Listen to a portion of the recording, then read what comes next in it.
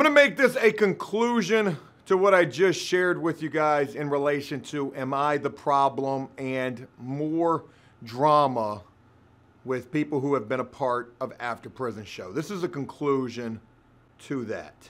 Resolution, not so much. Maybe something that I should learn from. I try to learn from everything, yada yada, same old song and dance. But for real, maybe me stepping back from everybody was probably the best thing that I could do. But even with that, still drama came from it. Anyways, I got a couple of things that I want to wrap this up with. When the shitstorm first brewed between Shannon and I, and then Dave would jump into the conversation, boy, I was feeling all sorts of ways. And I had mentioned, man, I got a number of different ways that I can go about this. Boy, I tried to choose the most diplomatic way. And what do I usually do whenever there's drama? Try to take as much of the responsibility as I possibly can. Hey, it's not you, it's me. Is it always me? No, absolutely not. But I always have a hand to play in the situation, right? I've always got a hand in it. Ultimately, it is always my responsibility because I don't know. I don't want to get too philosophical with this. The fact of the matter is this. It never had to get like this, you know? I regret that it did, but it's this way now. Like true colors have been shown and it is what it is. But I'm getting a little ahead of myself. So let me try to backtrack and get to what I really want to share with you guys. First, let me say this also. There's no ill will toward Shannon, and I encourage anybody to continue to root for Shannon. Hate me, love her. I would much rather see that, right? Well, I don't really want anybody to hate me, but people will. When all of this first started last Friday night, the next day I woke up to the shitstorm and addressing everything, beginning to address everything on a Facebook Live video. I said, hey, look, let's have a little powwow. Let's have a little peer awareness group. Tell me how you really feel. This is your opportunity to confront me, you know, no holds bars. Tell me whatever you want to tell me. If I'm a piece of shit, tell me. If I handled the situation incorrectly, tell me. If you feel like I did something, tell me. Don't go blasting me all over Facebook, trying to make me look bad because you're mad, which is ultimately what happened. But extending the olive branch, so to speak, extending the invitation to both Dave and Shannon. Shannon never replied. Dave would just send me a message. We were messaging back and forth, and there is no issue between Dave and I. Life has just taken us our separate ways. And you know, Dave is a great guy with great capability, and I wish him all the best. Shannon the same. Shit just got twisted between her and I. It is what it is. It's life. Things like this are gonna happen. Maybe for me, a lot more frequently for whatever reason. So with the fact that both parties weren't privy's the wrong one, weren't willing and wanting to do the little peer awareness group, this is where we wrap it up at. I addressed what I needed to say. You ain't gonna sit there and blast me on the internet saying a bunch of shit that ain't true because you're mad at me. It is what it is. I got every right to defend myself and to explain anything. And why do I always gotta do some explaining? That sucks. It truly does. But I'm the problem. I'm done with that. I'm done with that. If anything good came of the situation, nothing really did. The fact that Jellicoe and I would get together and have a little powwow, so to speak. I would tell Jellicoe some things straight up that I've always been telling him off camera since, you know, the shit hit the fan with him. But things that I feel Jellicoe was a bad influence. Jellicoe even admitted that shit himself. And it's sad, the situation that Jellicoe allowed himself to get involved with, and it's sad that he has to go do the time that he does. And I definitely mishandled some stuff in relation to Jellicoe in the past, making jokes about things in relation to him. That wasn't right at all. And I wear that. I truly do wear that. But make no mistake of this, Jellicoe is no victim in this situation, and even saying that, there's no ill will between myself and how I feel about Jellicoe. And I don't want anybody to hate this man. This man got wrapped up in some shit. It happens to a lot of people. I'm sure there's a million justifications for the situation, but the fact remains, it is what it is. He's gonna have to go serve the time that he's gonna go have to serve, that he's gonna have to go serve. And I just hope for him that when it's all said and done, he comes out a better man. Because in all likelihood, he gets another opportunity after that time, after prison, to try to do it the right way. But where I'm really going, and I think I've addressed everything, right? Everything that I needed to address. There's no ill will. I don't feel any kind of ill will towards Shannon. It's just sad that the situation has gotten to the point that it has. And, you know, will we ever be okay again? I don't think so. I mean, I don't think that I can forgive a person entirely for trying to destroy everything that I've created by trying to just stir the pot and say a bunch of shit that's not true. And, you know, that's happened more times than not. And some people, maybe they're justified with their vengeances about me. A perfect example, and I hate to keep throwing this guy's name into this because he ain't got shit to do with this particular situation, is Yanni. Man, Yanni had a major axe to grind with me. And I feel like I handled Yanni's situation not the best. I think back to like, what could I have done better? Maybe just not put everything out there. Maybe give him I don't honestly know. I keep saying that, but I don't honestly know. Like what I could have done differently. I just know that I probably should have done something differently. Yanni had a major axe to grind with me. He went on a destructive mission to try to destroy me. And I don't hate Yanni. I'm so sad about that because, man, I still think so highly of this dude and his capability to do anything. But could me and him ever be okay again? Maybe like platonically, if that's the right word to use, but like fully after everything? I don't think so, and there's no ill will or no drama there. I'm just simply stating the obvious. I think leaving well enough alone in some cases is the best bet. And prior to this shitstorm that just developed that we got into all this drama behind here again, that's exactly what I was trying to do, just leave well enough alone, separating myself. But I am a little immature. I gotta admit that. And sometimes like I get, you know, boy, sometimes I really like to get that last laugh. I think anybody in a vindictive, bad situation would feel that way. Maybe not everybody, but some people, if you're psychotic. Like so many people that I've worked with, and myself included, are, right? If anything good came from all of this, maybe there was a moment of growth, an opportunity for growth for me, myself, and maybe for others as well. Somebody had made a comment saying, boy, you know shit's real when Joe got that black background. Don't come for me unless I send for you, is a quote that I just heard recently that I'm rocking with. I didn't ask for this. I wasn't looking for no problems or no drama. But like I said, if anything good came of this situation, I think that it's truly, where's Levi at in all of this? Yeah.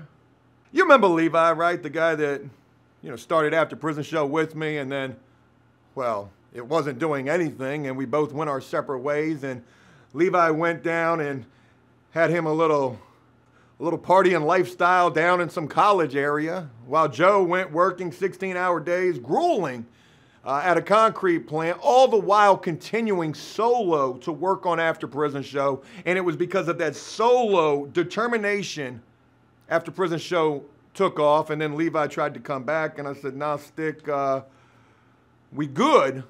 Don't owe you nothing. And then years later, Levi would surface, trying to destroy me. Oh my God. And you know, I laugh about it, but it's not even anything funny to be laughed at because, yo, that man said some very damaging things to me. He tried to paint me out as some sort of a woman beater, which wasn't true. He tried to just basically destroy everything about me and AfterPrisonShow because he, like so many others, especially here recently, was mad, right? Right? And people rocked with that. They believed that. Oh my God, we've got something on Joe now. Yes, we've got this guy here. He shouldn't lie, right? He was the co-founder of AfterPrisonShow and Joe left him behind. Leave no man behind. Levi is a... Ooh, I had to censor this for YouTube. Let me just be the first to tell you, but don't just take my word for it. Pay attention to what Jellicoe divulged in the sit down that we had. And that's the thing that kind of really grinds my gears is nobody even picked up on that. Like, damn, Joe, damn, I'm sorry, man. Even Jellicoe say that Levi was a piece of shit in so many words, right? Because what you don't know is Levi was helping Jellicoe with Jellicoe's YouTube channel. And something else, speaking of Jellicoe's YouTube channel, he had mentioned in the last video, he said, look, YouTube means everything to you. It doesn't mean everything to me. He says, and I only got monetized to basically prove a point. And I didn't dig any deeper with that. I didn't pick on that anymore, and I should have. Because I should have asked Jellicoe, what was that point? To prove that, you know, you could come after me, be a competitor of mine, like whatever the case may be. I know that there was some kind of malice intended in that situation, but neither here nor there. That's water under the bridge at this point completely. I wish nothing but the best for Jellicoe, and I wish nothing but the best for everybody. Kumbaya, for reals. But Levi was working with Jellicoe, trying to help him with his YouTube channel. You can go back and look at Making a Difference, Jellicoe Making a Difference, whatever his YouTube channel is called. You'll see the videos with Levi right there in them. Not only was Levi helping Jellicoe with his channel, he was living with him as well. But you got to understand this. Prior to that, Levi was working with Yanni. And again, I don't mean to bring you into this, Yanni. I'm just simply trying to lay down some groundwork to this, basically. Levi was working with Yanni. Yanni and Levi would have a falling out, which would lead Levi to going down with Jellicoe. And then Jellicoe would say in so many words, if you missed this, go back and watch that last video. I'm trying to tell you. He said that Levi stole something from him and then disappeared. My God, what a fucking stand-up guy Levi is. And you wonder why Joe decided to leave him well enough behind. I mean, don't take my word for it. Take the actions of Yanni and Jellicoe to let that really prove something to you. I tried to tell you. I told you so. I hate to say that. I told you so. These people become so vindictive and spiteful because of hate, malice, jealousy, whatever the case may be. And I'm just trying to do me. Maybe help some folks along the way. At this point, shit. I don't think there's anything left for Joe to do.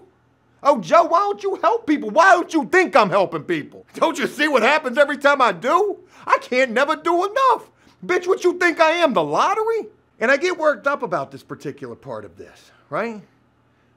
Because think of how all of this began. For anybody who's watching this like, what? I haven't seen AfterPrisonShow in forever. Friday night, Shannon posts a picture with her wife, Jellicoe's girl, in the AfterPrisonShow fan page. Shannon is absolutely zero active in that page at all. I get mad, I react immediately, I boot Shannon, delete the post. That's got no place on the AfterPrisonShow fan page when I've specifically told not only Shannon, but also Dave as well, and anybody else who I felt like could benefit from this, hey, be easy with Jellicoe. I personally feel like the dude is bad news. You don't gotta take my word for it. I'm just trying to give you some advice. I make that move, Shannon's wife would go right after that and post the same shit. I would boot her as well. Go to sleep, wake up the next morning to a shitstorm. Damn, Joe booted Shannon. What Joe think he is, Mark Zuckerberg? People would start commenting all sorts of wild hypotheses. And touche, I can't fault that because people don't know until I address it with that black background. So I'm not mad at anybody, really, for, you know, speaking opinions. But anytime that you speak anything, all you got to do is say it and somebody's going to believe it. Right? So people would start to bring Dave into the conversation. Oh, Joe, he don't mess with, he's too good for everybody. He said F Dave, F Shannon, F everybody. Well, Dave would get in it. Tell the truth, bro. I haven't even been speaking to Dave. We have gone our separate ways, dude, and I wish you nothing but the best. There's no malice. There's no hatred. Damn, Joe. Dave added so much to AfterPrisonShow. I mean, but you did do a good thing, and you helped him get a YouTube channel with 15,000 subscribers. Wish them all nothing but the best. From there, I'd do a Facebook Live video saying we need to have a powwow, a peer awareness group, because now I'm mad. And really, I don't want to be just addressing this by myself like I tend to do so many times, all the time. I want to do this different, give everybody an opportunity to say their piece. But the only person who Like, it's so crazy. The only person I was able to even do anything with was Jellicoe. The person that I think is bad news, and the person who's getting ready to have to go to prison. And it was in that powwow where we discussed everything. And also I was reminded of another reason entirely why I decided, you know what, I just want to fall back before any drama. Look, things are well enough. Leave well enough alone, right? I mean, I'm reminded talking with Jellicoe that I'm just coming off the cusp of a situation where Levi and Yanni were trying to absolutely annihilate me, right? Like I'm sitting here just like gasping for air, trying not to drown. And all of these accusations and these just words.